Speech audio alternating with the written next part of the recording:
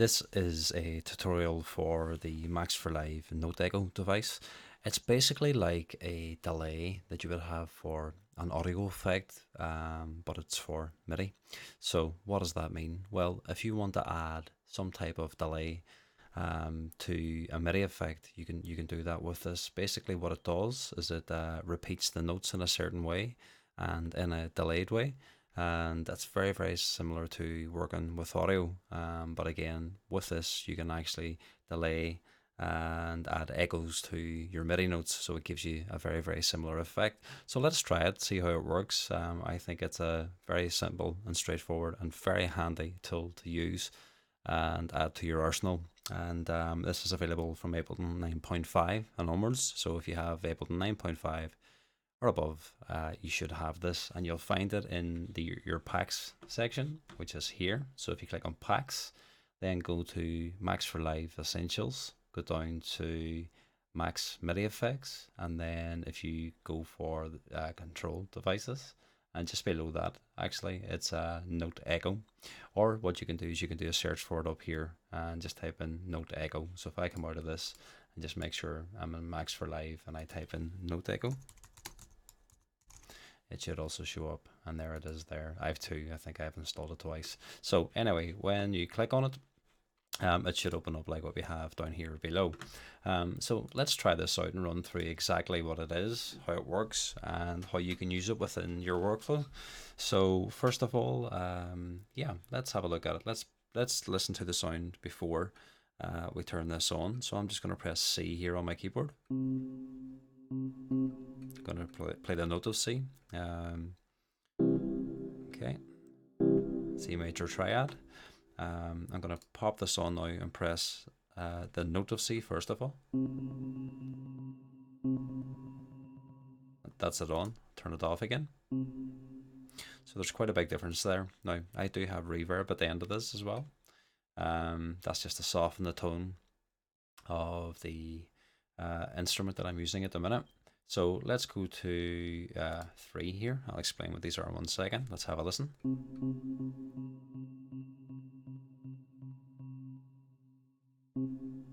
Off. On.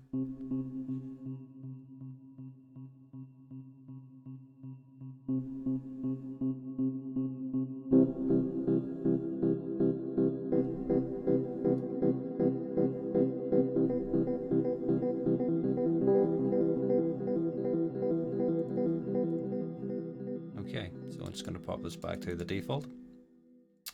Now, yeah, so that's just to give you an idea of some of the things you can do with this, and we've barely scratched the surface, to be honest with you. There's so many things that we can do with this, and as I say, it's just a great way of delaying MIDI notes essentially. So yeah, without further ado, I am going to get rid of this one and just pop in a fresh one, Note Echo. So this is exactly what you should have when you open this up. So let's have a look at what we have here first of all. So let's look at these divisions at the top. So you have 1, 2, 3, 4, 5, 6, 8, and 16.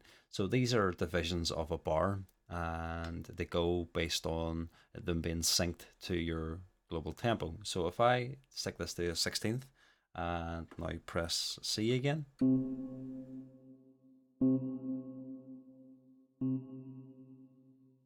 basically every bar you hear a repeat. Now say if I want to half that, if I want 2 repeats per bar, maybe if I put on a metronome you'll hear this better as well. Well actually no, we'll leave that out, it doesn't really matter. This will be twice as quick.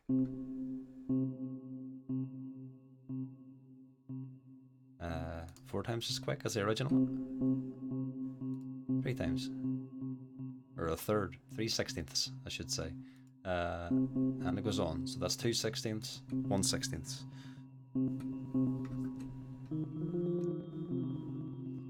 Now, basically you don't have to use it this way, but this would be the most reasonable way to use this, I guess. But sometimes you want to be a little unreasonable as well. So if I go and turn off sync mode, this will allow me to go into time mode. So basically now these repeats will not be synced to the global tempo. So I'm clicking and dragging this down to around about 2 milliseconds. So then I'm going to take up the feedback, both of these. So you're getting this weird sound now. I'm going to move this up a little.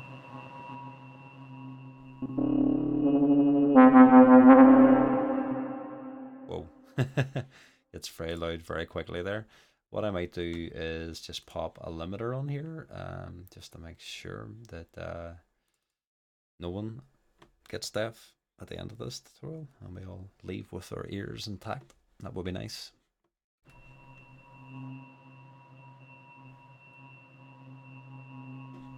Okay.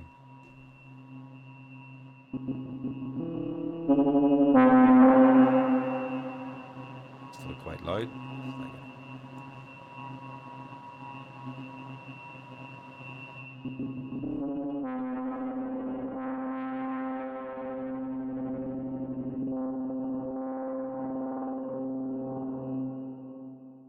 Now, if I take this up a little more, just watch my feedbacks a little.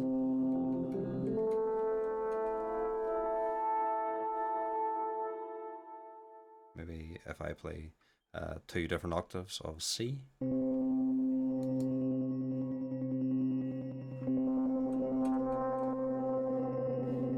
So they're all starting to layer on top of one another now, and they're creating really weird textures. And this is just the MIDI notes being repeated very quickly, just like a delay would be in audio. Okay, right, so I'm going to bring that back. So that's interesting. So what else do we have? So we looked at the divisions, we looked at sync, we looked at time. Let's look at this offset. I'm going to go back into sync mode a wee second, and I'm going to go to 3/16, and I'm going to play something in here.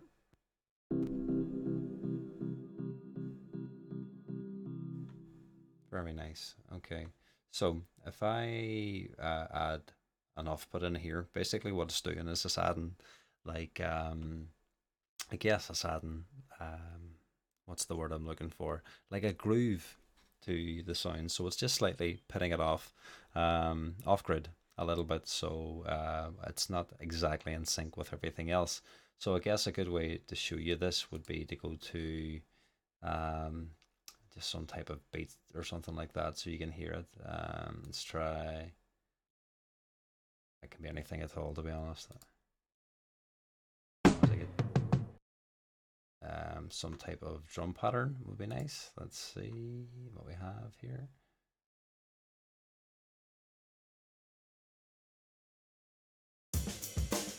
Yeah, that's grand. Anything at all.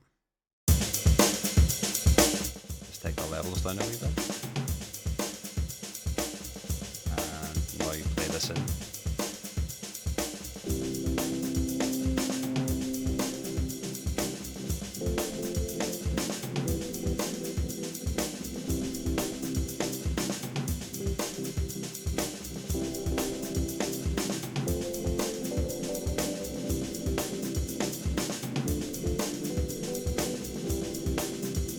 If I start off-putting this a wee bit.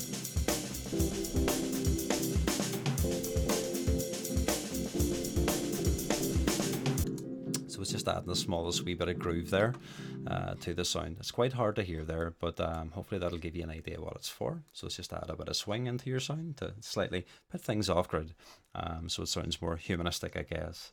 So, okay, let's move on to our next settings. The next one is dry. So basically dry, when it's set to through, you basically hear the first note. So if I now change that to mute, you don't actually hear the first note. It takes the first note out of the sequence, and the only thing that you hear are the echoes. It's hard to see exactly what's happening because you can't see me pressing the key, but when I press the key, I don't get that initial note. I get the echoes afterwards. So that's something to be aware of, and that does come in handy if you want to add or subtract a particular type of note to give a particular feel within your music. Okay, but also beside that you have pitch. I think this is really interesting. If I change the pitch by, say, 5 semitones, and I press the note of C,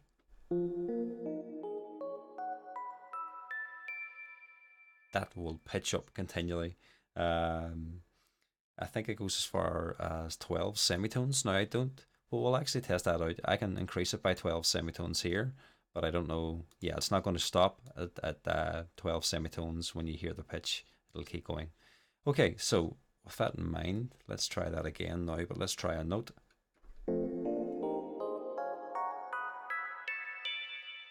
And if I want to change the speed of that, just change the divisions.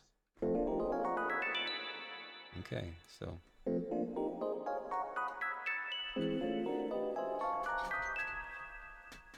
let's try and mess around with this.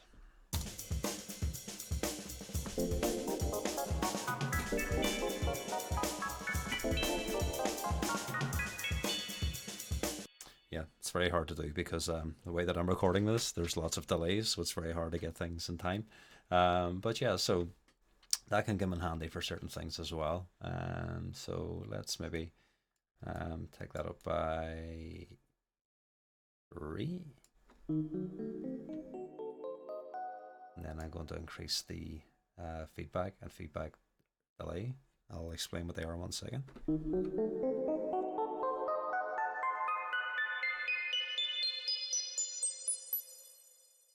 There you go. That's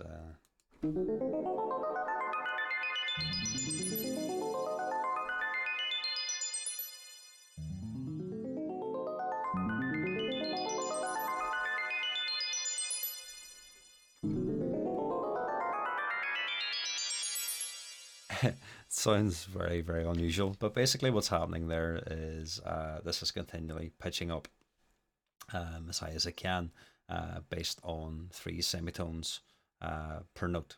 Now, basically let's look at the feedback first of all. Feedback is the number of repetitions. So the number of echoes. So at 0, you don't get any.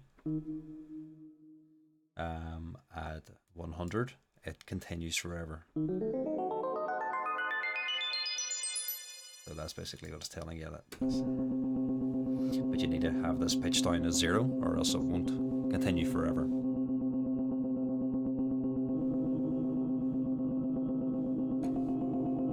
I'm just adding additional notes here. This is a good way to generate a bit of momentum as well. And I'm just going to bring that back down again. So if this is feedback and this represents the amount of repetitions, what does feed delay represent? Well, it basically represents the velocity and the impact of the echoed notes. So what does that actually mean? Well, let's take the feedback down. Take it to about 50. Okay, so if we actually maybe look at this in Midi, and this will basically show you the velocity of the Midi notes. So I'm going to get this channel to listen to the channel that we're playing the notes in. I'm going to activate both of these channels, and then I'm going to just record here, and then I'll play in a note. So you can see here now within that Midi that it starts off high and then it goes low. So that's basically what we're doing here with the feed delay. Let me take that right up to 100, and then I'll click in here and I'll play a note again. So now you can see that that starts off much higher and then it gets lower. So it's basically just delaying the velocities over time. So the velocity over time will be like the volume over time as well. So yeah, hopefully that was short and sweet and interesting. It's, you know, if you use delays a lot in your audio, here's one now for your Midi. I'll see you in the next tutorial.